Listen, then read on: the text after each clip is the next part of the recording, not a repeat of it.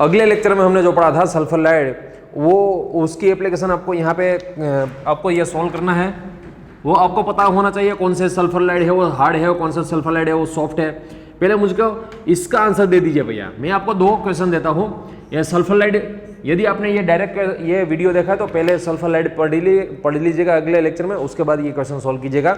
चलो इसमें आपको ये आंसर देना है C3 sulphur O Br- sodium hydride, दूसरा CH3 thrice sulphur positive Br negative sodium hydride.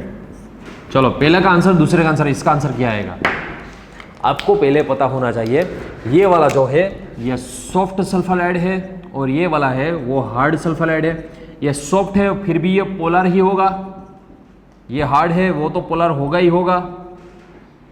Polar जो रिएजेंट होता है वो पोलर बॉन्ड में ही इंसर्शन करेगा, नॉन पोलर बॉन्ड में इंसर्शन नहीं करेगा, आपको पता होना चाहिए।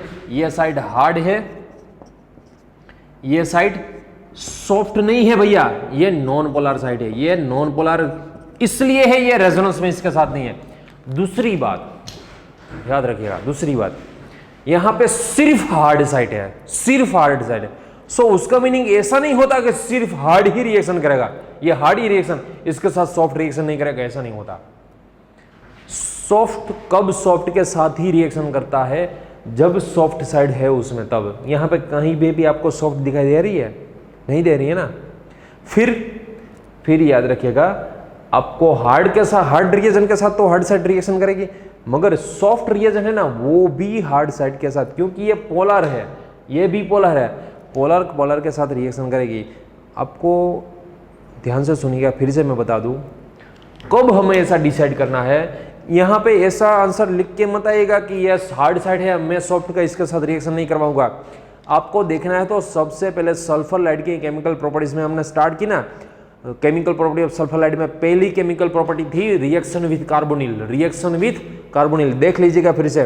रिएक्शन विथ कार्बोनिल में हमने सॉफ्ट का भी रिएक्शन करवाया था, उसके साथ हार्ड का भी रिएक्शन करवाया था, उसके साथ दोनों का रिएक्शन करवाया था। हमें सॉफ्ट और हार्ड ऐसा कब देखना है, जब एक ही कंपाउंड में दोनों साइड है, एक ही कंपाउंड में हार्ड साइड भी है सॉफ्ट साइड भी है, फिर हमें हार्ड को हार्ड के साथ रिएक्शन करवाना है, सॉफ्ट के साथ रिएक्शन करवाना है। दूसरी बात बता दूं मैं, हार्ड सिर्फ हार्ड के साथ रिएक्शन करता है, हार्ड सिर्फ हार्ड के साथ ही रिएक्शन करेगा, वो कभी सॉफ्ट के साथ रिएक्शन नहीं करता।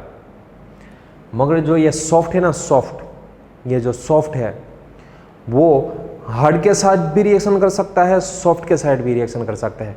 जब तक सॉफ्ट है तब तक वो सॉफ्ट के साथ रिएक्शन करेगा, मगर सॉफ्ट साइड नहीं है फिर वो हार्ड को सिलेक्शन करेगा।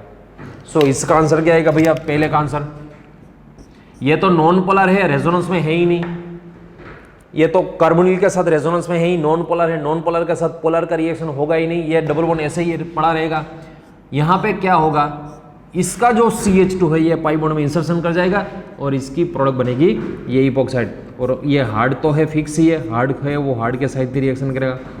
फिर से आपको बता दूं, हार्ड सिर्फ हार्ड के साथ ही रिएक्शन कर सकता है, मगर सॉफ्ट जब तक सॉफ्ट साइड है तब तक उसके साथ करेगा, यदि सॉफ्ट साइड नहीं है फिर हार्ड के साथ, मतलब ये दोनों के साथ रिएक्शन कर सकता है। पहले सिलेक्शन सॉफ्ट है तो सॉफ्ट के साथ, नहीं है सॉफ्ट तो हार्ड के साथ, मगर ये दोनों कभी भी नॉन पोलर के साथ रिएक्शन नहीं करेंगे, ये दोनों कभी भी नॉन पोलर के साथ रिएक्शन नहीं करेंगे। चलो यहाँ पे ये वाला एग्जांपल, चलो यदि ऐसा कुछ दिया हुआ है, CH3 थाइस सल्फर Br- सोडियम हाइड्राइड, चलो CH3 थ्राइस सल्फरो Br- सोडियम हाइड्राइड। चलो इसका आंसर क्या आएगा? Cross, no reaction. क्यों भैया नो रिएक्शन? क्योंकि इसमें पोलैरिटी है ही नहीं, है कंप्लीट नॉन पोलर है, इसमें पोलैरिटी है ही नहीं है, ये complete non polar pi bond है। नॉन पोलर के साथ कभी भी पोलर रिएक्शन नहीं कर सकते हैं। आपको मुझे आंसर देना है, यदि मुझे इसका आंसर ऐसा निकालना है, इसका आंसर ऐसे निकालना है, फिर यहाँ पे कौन सा रिएजेंट यूज कर सकते हैं, आपको हेज करके कमेंट बॉक्स में कमेंट देना है, इसका आंसर क्या आएगा। यदि हमें नॉन पोलर डबल बॉन्ड के साथ भी रिएक्शन करनी है, फिर यहाँ पे कौन सा रिएजेंट यूज करना हमें, वो आपको कमेंट बॉक्स में कमेंट करना है, कौन सा रिएजेंट हम यूज कर सकते हैं। यह सल्फर लाइट की जो मैकेनिज्म है, ये सॉफ्ट की, हार्ड की तो आपको पता ही है, हार्ड के साथ ही रिएक्शन करेगी, मगर ये सॉफ्ट है उसकी मैकेनिज्म क्या होती है, हार्ड है उसकी मैकेनिज्म क्या होती है। एक बार देख लीजिएगा, ये अल्फा बीटा अनसैचुरेटेड के साथ सॉफ्ट की मैकेनिज्म और हार्ड की मैकेनिज्म। एक बात कीजिएगा, ये रिएजेंट जो सॉफ्ट है, हार्ड है, ये सारी की सारी मैकेनिज्म हमने स्टीरियो में पढ़नी है। ये जो मैंने लाइट्स पढ़ाया था ना, ये विदाउट स्टीरियो जीओसी में पढ़ाया था, मगर इसकी मैकेनिज्म में स्टीरियो केमिस्ट्री भी आएगी। सो हम इसकी मैकेनिज्म स्टीरियो केमिस्ट्री में पढ़ेंगे, क्योंकि उसमें थोड़ी स्टीरियो केमिस्ट्री की ज़रूरत पड़ती है। सो स्टीरियो केमिस्ट्री के लेक्चर में हम इसकी फिर से मैकेनिज्म पढ़ेंगे, क्योंकि यदि स्टीरियो हमें पता है फिर इसकी मैकेनिज्म में बहुत मजा आएगा, क्योंकि दो प्रोडक्ट जनरेट होती है, सीस और ट्रांस को, इसमें से कौन सी मेजर होती है वो हम स्टीरियो केमिस्ट्री में पढ़ेंगे। चलो ये हो गए सल्फर लाइट की बात। अब बात करेंगे जो हम नाइट्रोजन लाइट की बात करेंगे, हम नाइट्रोजन लाइट। फिर से आपको बता दूं, मैंने पहले एक क्वेश्चन पूछा था, नाइट्रोजन लाइट कौन सी रिएक्शन में आता है, तो पहले मैं बता दूं, ये सोमलेट हॉजर रिएजमेंट जो होती है ना, Sommelet Hauser rearrangement, it is an example of nitrogen ylide. Sommelet Hauser reagent, not omelette Hauser, Sommelet Hauser. चलो देख लीजिए, ये सोमलेट हॉजर रिएरेंजमेंट में होता क्या है, इसकी पहचान क्या होती है। इसकी पहचान याद रख लीजिएगा, सोडामाइड। कल मैंने आपको जीओसी में क्वेश्चन पूछा था, याद होगा तो, परसों जो लेक्चर था ना, उसकी जो है सोडामाइड, यहां पर सोलेंट होगा, वो लिक्विड एमोनिया से सोलेंट होगा। सोडामाइड के साथ इसकी रिएक्शन करानी है हमें, पहली बात। चलो सोमलेट हॉजर, उसमें फर्स्ट पहले लिख दीजिएगा, it is an example of, यहां पे फर्स्ट लिख दीजिएगा पहले, it is an example of nitrogen ylide, it is an example of nitrogen ylide. दूसरा sentence, here 2,3 sigmatropic rearrangement takes place. Here 2,3 sigma tropic rearrangement takes place. याद रखिएगा, एक बार net में भी पूछा गया है, एक बार सेट में भी पूछा गया है। ये which one of the following is an example of 2,3 rearrangement? Which one of the following is an example of 2,3 rearrangement? So उसमें हमें सोमलेट हॉजर टिक लगाना था। सोमलेट हॉजर, यस 2,3 सिग्मा ट्रोपिक वो पेरिसाइक्लिक में पड़ेगा, मगर आपको 2,3 सिग्मा ट्रोपिक आ जाएगी, वो पेरिसाइक्लिक स्टीरियोकेमिस्ट्री, उसके बाद फिर से जीओसी एक बार तो पढ़ोगे ना, उसके बाद आपको पूरा समझ में आ जाएगा। चलो इसमें होता क्या है देख लीजिएगा, इसका जो स्टार्टिंग मटेरियल होता है वो क्वाटरनरी अमोनियम सॉल्ट होता है। इसका जो स्टार्टिंग मटेरियल होता है वो क्वाटरनरी अमोनियम सॉल्ट होता है। चलो देख लीजिएगा पहले, ये क्वाटरनरी अमोनियम सॉल्ट हो गया, क्वाटरनरी अमोनियम सॉल्ट। ये साल्ट की रिएक्शन हम करेंगे सोडामाइड के साथ। ये सोडामाइड क्या करेगा भैया, सोडामाइड याद रखिएगा H एब्स्टे करेगा। ये चारों में से नाइट्रोजन की माइनस आई होती है, ये चारों में से सबसे ज्यादा पॉजिटिव H कहां पे है, और H प्लस निकलने के बाद वहां पे आएगा नेगेटिव चार्ज, और नेगेटिव कौन से कार्बन पे नेगेटिव स्टेबल होगा, कौन से कार्बन पे नेगेटिव स्टेबल होगा। फिर याद रखिएगा ये वाला जो कार्बन है उस पे नेगेटिव चार्ज स्टेबल रहेगा, क्योंकि वो बेंजाइलिक हो गया, बेंजाइलिक है, इसलिए याद रखिएगा ये जो है वो मोर स्टेबल होगा नेगेटिव चार्ज, क्योंकि रेजोनेंस में आ गया। ये negatively charge carbon directly attach with positively charge, ये क्या हो गया भैया, ये नाइट्रोजन लाइट हो गया, ये एंड लाइट की एग्जांपल है। यदि हमने यहां पे हीट दे दी 180 डिग्री, फिर यहां पे H प्लस ट्रांसफर होगा। H प्लस ट्रांसफर क्यों होगा, यदि H प्लस ट्रांसफर नहीं होता है फिर रिएक्शन नहीं, इसकी रिएक्शन क्या करवाओगे, याद रखिएगा, यदि टेम्परेचर थोड़ी कम हुई तो फिर से इसमें से ये जनरेट हो जाएगा, यदि टेम्परेचर हाई है तो इसमें से ये जनरेट होगा। यह भी कौन से एग्जाम्पल है, ये नाइट्रोजन लाइट की ही एग्जाम्पल है। ये वाली कौन सी है, नाइट्रोजन लाइट की भी है। ये मोर स्टेबल होता है, ये लेस स्टेबल होता है, इसकी कंपेरिजन में ये लेस स्टेबल होता है। दूसरी बात, यदि यहाँ पे वो भी हम, ये भी टॉपिक हम अगर आगे नेम रिएक्शन में पढ़ने वाले हैं, आगे नेम रिएक्शन में पढ़ने वाले हैं हम, चलो देख लीजिएगा। यदि यहाँ पे तीनों डिफरेंट ग्रुप है, फिर ये नेगेटिव चार्ज तीनों में से किस पे आएगा, इससे तो ये लेस स्टेबल है, मगर यदि तीनों ग्रुप यहाँ पे डिफरेंस है, तीनों ग्रुप डिफरेंस है, फिर कहाँ पे नेगेटिव चार्ज आएगा, फिर याद रखिएगा तीनों में से जिस पे कार्ब एनायन की स्टेबिलिटी ज़्यादा होती है, तीनों में से जिस पे कार्ब एनायन की स्टेबिलिटी ज़्यादा होती है उस पे नेगेटिव चार्ज आएगा।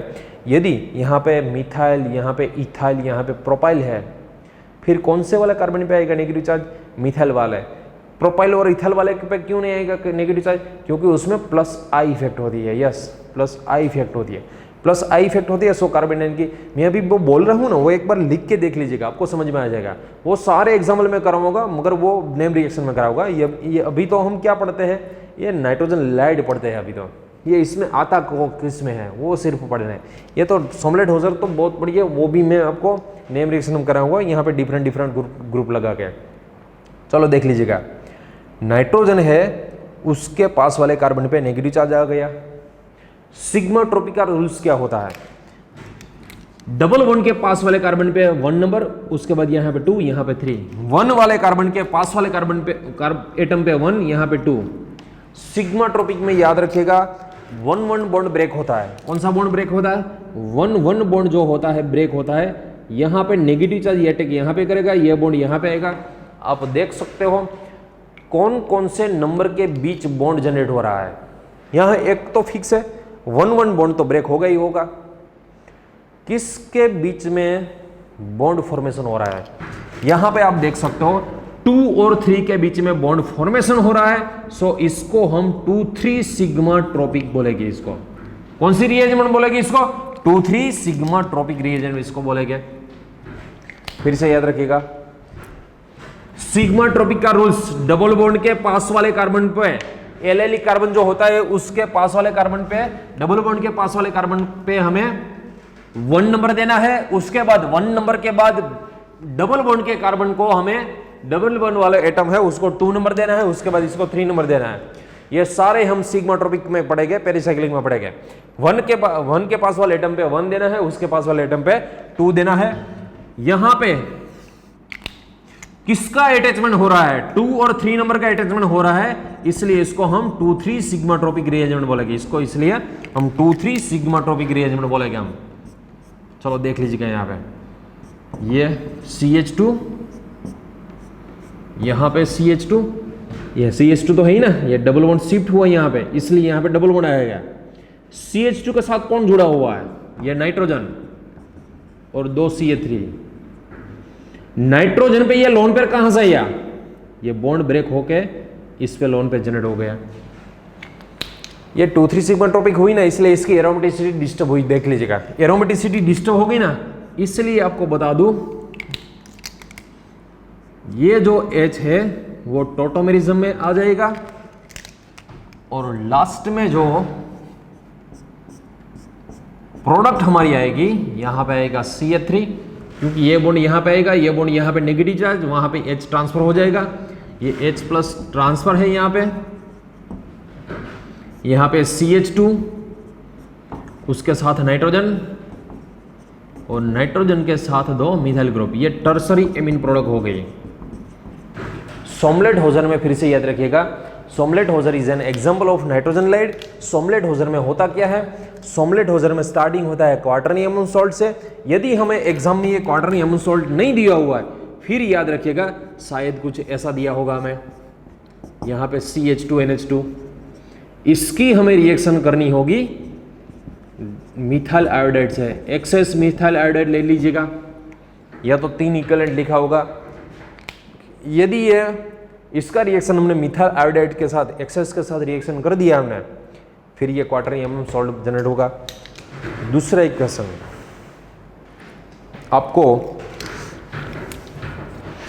कोई साइन, चलो डॉलर साइन आज ले ली हमने, हैज वाली साइन ले ली, और कौन सी साइन ले ली भाई, एट द रेट वाली साइन ले ली, और कौन सी साइन बचती है भैया ग्रुप में जो वो आती है ना साइन, कई सारी साइन है। चलो एक काम कीजिए, एंड वाली साइन रखिएगा। एंड वाली साइन करके आपको ये आंसर देना है कौन सी रिएक्शन ऐसी है, कौन सी रिएक्शन या तो रिएजेंट ऐसी है उसमें quaternary ammonium salt as a starting material होता है, और उसका नेम रिएक्शन को नाम लिखना है और उसकी प्रोडक्ट क्या होती है। मैं आपको एंड वाली साइन करके आपको कमेंट बॉक्स में कमेंट देनी है, कौन सी नेम रिएक्शन जो है उसमें क्वाटरनरी एमोनियम सॉल्ट जो है वो स्टार्टिंग मटेरियल होती है और उसकी प्रोडक्ट क्या आएगी, आपको कमेंट बॉक्स में कमेंट करनी है। फिर से आपको बता दूं, फ्रेशर स्टूडेंट्स को ये समझ में आएगा थोड़े दिन के बाद, यदि फ्रेशर स्टूडेंट्स को आता है बहुत बढ़िया होगा।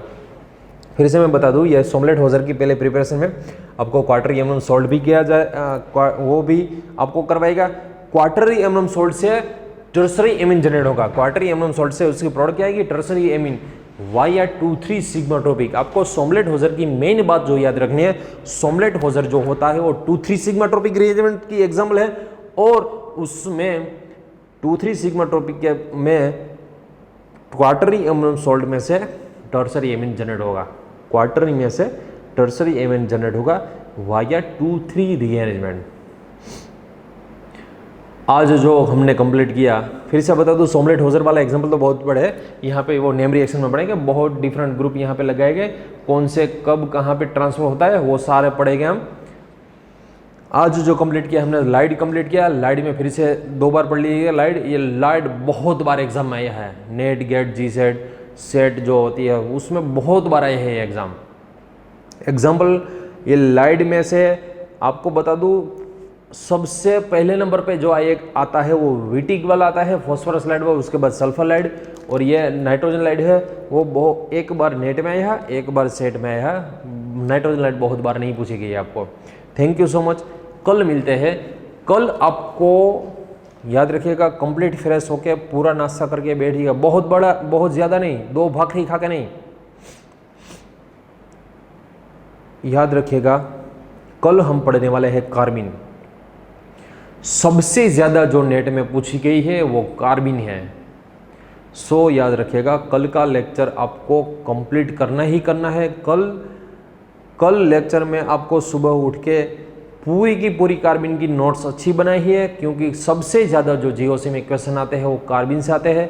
So thank you so much, कल मिलते हैं हम, कार्बिन में मिलते हैं।